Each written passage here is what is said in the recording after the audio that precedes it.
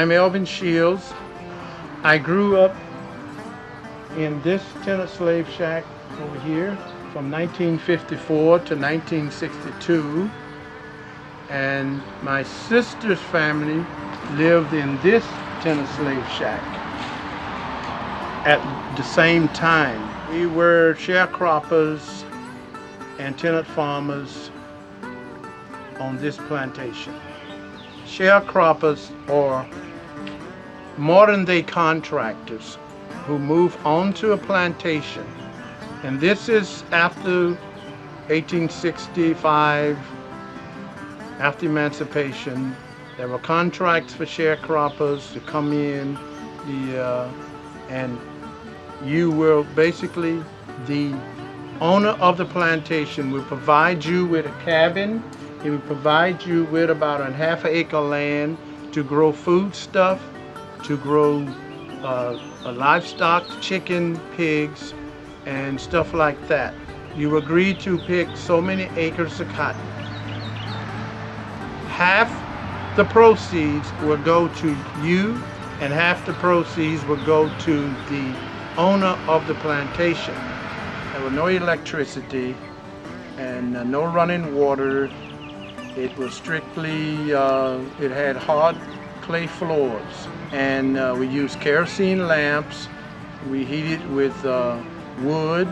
We cooked with wood-burning stoves. Everyone on the plantation had fruit trees around. They raised a garden. They raised a few pigs. They raised chickens, and you did a lot of canning, a lot of preserving of food. That was a whole community here. There were maybe 20, 40 kids running around on weekends. During the week, sun up to sundown, kids down to 5 years old, parents and teenagers were in the fields picking cotton. Saturday afternoons, it was free time, and we still had to do our work. We had to take care of the garden, get the clothes washed, but Saturday evening, at some cabin or another, there was a gathering of a party. We had the gumbo pot going, and we had the fried fish going, and we had the battery-powered radio going on maybe one station that we could catch. Sunday morning, everybody up at 8 o'clock, the women cooking for after-church dinner. And the guys are up getting wood together, finishing out their chores. But by 10 o'clock, everybody was off to church. After church meals were basically fried chicken, some kind of cake, potato salad, some kind of fresh vegetables. And usually the preacher come over, and of course the children had to wait until after the guests ate, and then the kids got to eat. As kids growing up, we didn't have any money to buy toys, so we made our own toys. What you're looking at is twisted wire primed and painted. As kids, we did not paint them. We just twisted the wire, made the toy, and played with them in the sand. But these are the ones that I started making at 5 years old. I was taught by my older brothers, who was taught by older brothers.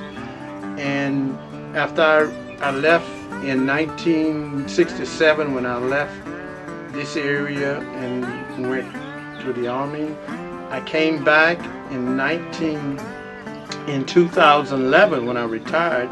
I found no one were making them, so I just started remaking them as folk art, and they're called Plantation toys. They're identical to the things we made as kids, except I mount them on boards.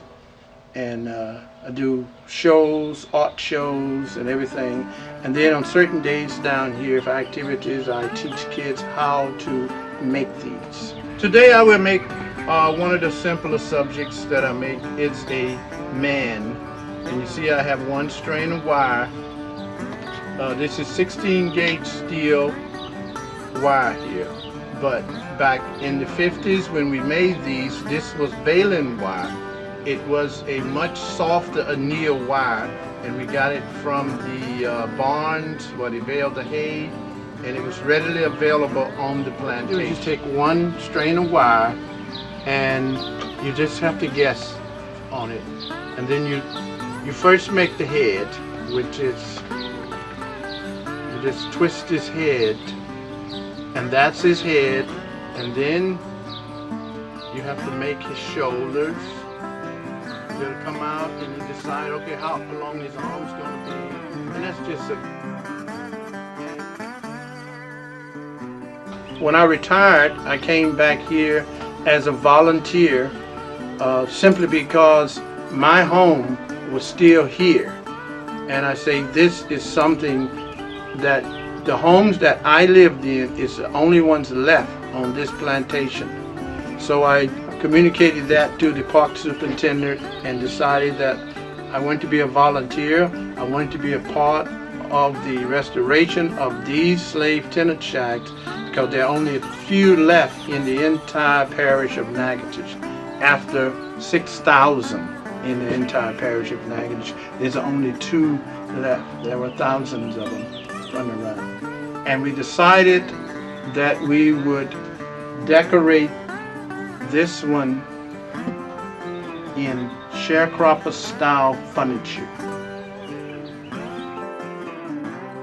Every year, the plantation kids who only went to school part-time wound up being valedictorian or salutatorian every year at every class in our school down there. Simply because when the teachers come to teach, the parents were being taught also. Most of the parents only went to the 3rd, 4th, or 5th grade, so they were learning along with the student. So if you were in a class being held from about 5 o'clock in the afternoon till 10 o'clock at night with your parents on the days the teacher came, you didn't have time to horse around or play and all that. So you sit down very attentive because the parents was right in the room with you. The spirit of America means to me, as a kid growing up on a plantation, going to all segregated, poorly provided, poorly furnished black schools, to leave the plantation and grow up to become an engineer, it tells me that only in America is that possible.